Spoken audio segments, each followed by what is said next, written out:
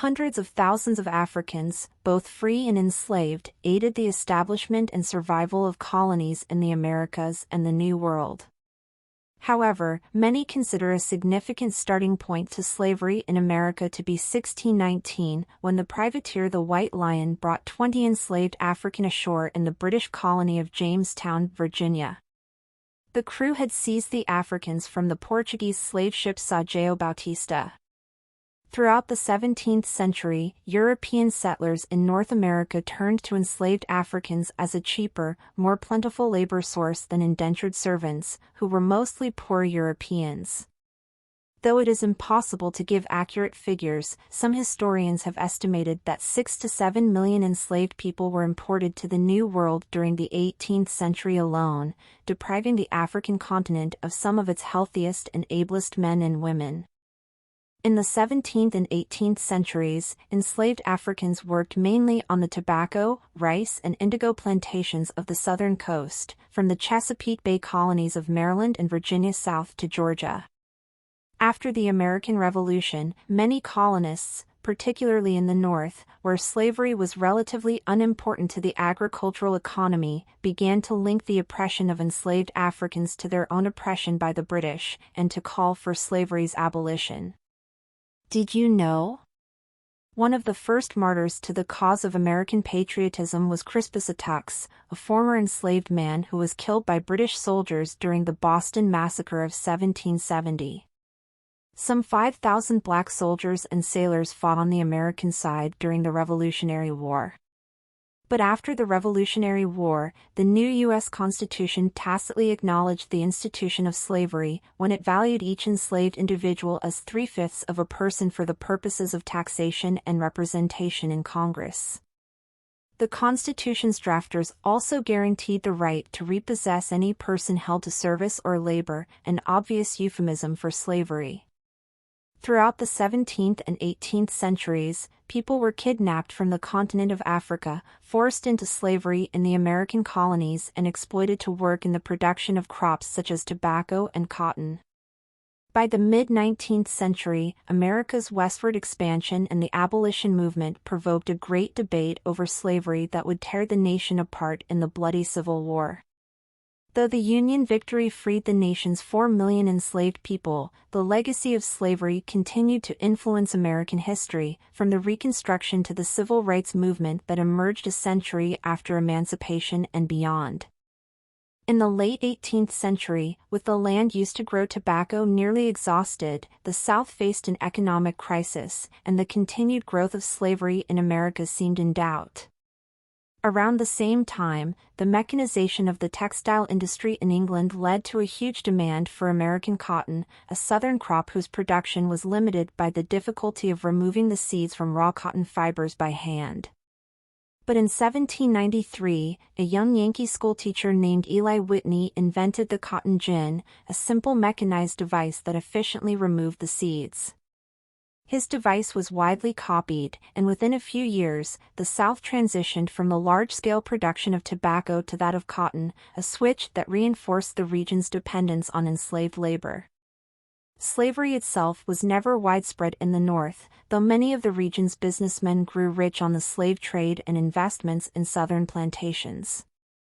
Between 1774 and 1804, most of the northern states abolished slavery or started the process to abolish slavery, but the institution of slavery remained vital to the South. Though the U.S. Congress outlawed the African slave trade in 1808, the domestic trade flourished, and the enslaved population in the United States nearly tripled over the next 50 years. By 1860 it had reached nearly 4 million, with more than half living in the cotton-producing states of the South. Enslaved people in the antebellum South constituted about 1/3 of the Southern population. Most lived on large plantations or small farms, many masters owned fewer than 50 enslaved people. Landowners sought to make their enslaved completely dependent on them through a system of restrictive codes. They were usually prohibited from learning to read and write, and their behavior and movement were restricted. Many masters raped enslaved women, and rewarded obedient behavior with favors, while rebellious enslaved people were brutally punished. A strict hierarchy among the enslaved, from privileged houseworkers and skilled artisans down to lowly field hands, helped keep them divided and less likely to organize against their masters. Marriages between enslaved men and women had no legal basis, but many did marry and raise large families. Most owners of enslaved workers encouraged this practice, but nonetheless did not usually hesitate to divide families by sale or removal. Slave rebellions. Rebellions among enslaved people did occur, notably, ones led by Gabriel Prosser in Richmond in 1800 and by Denmark Vesey in Charleston in 1822, but few were successful. The revolt that most terrified enslavers was that led by Nat Turner in Southampton County, Virginia, in August 1831. Turner's group, which eventually numbered around 75 black men, murdered some 55 white people in 2 days before armed resistance from local white people and the arrival of state militia forces overwhelmed them. Supporters of slavery pointed to Turner's rebellion as evidence that black people were inherently inferior barbarians requiring an institution such as slavery to discipline them. And fears of similar insurrections led many Southern states to further strengthen their slave codes in order to limit the education, movement, and assembly of enslaved people. Abolitionist movement. In the North, the increased repression of Southern black people only fanned the flames of the growing abolitionist movement. From the 1830s to the 1860s, the movement to abolish slavery in America gained strength, led by free black people such as Frederick Douglass and white supporters such as William Lloyd Garrison, founder of the radical newspaper The Liberator, and Harriet Beecher Stowe, who published the best-selling anti-slavery novel Uncle Tom's Cabin. While many abolitionists based their activism on the belief that slaveholding was a sin, others were more inclined to the non-religious free labor argument, which held that slaveholding was regressive, inefficient, and made little economic sense. Free black people and other anti-slavery Northerners had begun helping enslaved people escape from Southern plantations to the North via a loose network of safe houses as early as the 1780s. This practice, known as the Underground Railroad, gained real momentum in the 1830s. Conductors like Harriet Tubman guided escapees on their journey north, and station masters included such prominent figures as Frederick Douglass, Secretary of State William H. Seward, and Pennsylvania Congressman Thaddeus Stevens. Although estimates vary widely, it may have helped anywhere from 40,000 to 100,000 enslaved people reach freedom. The success of the Underground Railroad helped spread abolitionist feelings in the North. It also undoubtedly increased sectional tensions, convincing pro-slavery Southerners of their Northern countrymen's determination to defeat the institution that sustained them. Missouri Compromise. America's explosive growth, and its expansion westward in the first half of the 19th century, would provide a larger stage for the growing conflict over slavery in America and its future limitation or expansion.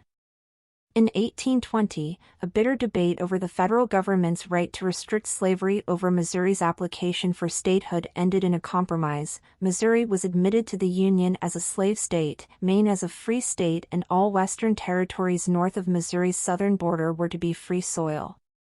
Although the Missouri Compromise was designed to maintain an even balance between slave and free states, it was only temporarily able to help quell the forces of sectionalism. Kansas-Nebraska Act. In 1850, another tenuous compromise was negotiated to resolve the question of slavery in territories won during the Mexican-American War. 4 years later, however, the Kansas-Nebraska Act opened all new territories to slavery by asserting the rule of popular sovereignty over congressional edict, leading pro- and anti-slavery forces to battle it out, with considerable bloodshed, in the new state of Kansas. Outrage in the North over the Kansas-Nebraska Act spelled the downfall of the old Whig Party and the birth of a new, all-Northern Republican Party. In 1857, the Dred Scott decision by the Supreme Court, involving an enslaved man who sued for his freedom on the grounds that his master had taken him into free territory, effectively repealed the Missouri Compromise by ruling that all territories were open to slavery. John Brown's raid on Harper's Ferry. In 1859, 2 years after the Dred Scott decision, an event occurred that would ignite passions nationwide over the issue of slavery. John Brown's raid on Harper's Ferry, Virginia, in which the abolitionist and 22 men, including 5 black men and 3 of Brown's sons, raided and occupied a federal arsenal, resulted in the deaths of 10 people and Brown's hanging. The insurrection exposed the growing national rift over slavery. Brown was hailed as a martyred hero by Northern abolitionists but was vilified as a mass murderer in the South. Civil War. The South would reach the breaking point the following year, when Republican candidate Abraham Lincoln was elected as president. Within 3 months, 7 Southern states had seceded to form the Confederate States of America. 4 more would follow after the Civil War began. Though Lincoln's anti-slavery views were well established, the Central Union War aim at first was not to abolish slavery, but to preserve the United States as a nation. Abolition became a goal only later, due to military necessity, growing anti-slavery sentiment in the North, and the self-emancipation of many people who fled enslavement as Union troops swept through the South. When did slavery end? On September 22, 1862, Lincoln issued a preliminary Emancipation Proclamation, and on January 1, 1863, he made it official that slaves within any state, or designated part of a state, in rebellion, shall be then, thenceforward, and forever free. By freeing some 3 million enslaved people in the rebel states, the Emancipation Proclamation deprived the Confederacy of the bulk of its labor forces and put international public opinion strongly on the Union side. Though the Emancipation Proclamation didn't officially end all slavery in America, that would happen with the passage of the 13th Amendment after the Civil War's end in 1865. Some 186,000 black soldiers would join the Union Army, and about 38,000 lost their lives. The legacy of slavery. The 13th Amendment, adopted on December 18, 1865, officially abolished slavery, but freed black people's status in the post-war South remained precarious, and significant challenges awaited during the Reconstruction period. Previously enslaved men and women received the rights of citizenship and the equal protection of the Constitution in the 14th Amendment and the right to vote in the 15th Amendment, but these provisions of the Constitution were often ignored or violated, and it was difficult for black citizens to gain a foothold in the post-war economy thanks to restrictive black codes and regressive contractual arrangements such as sharecropping.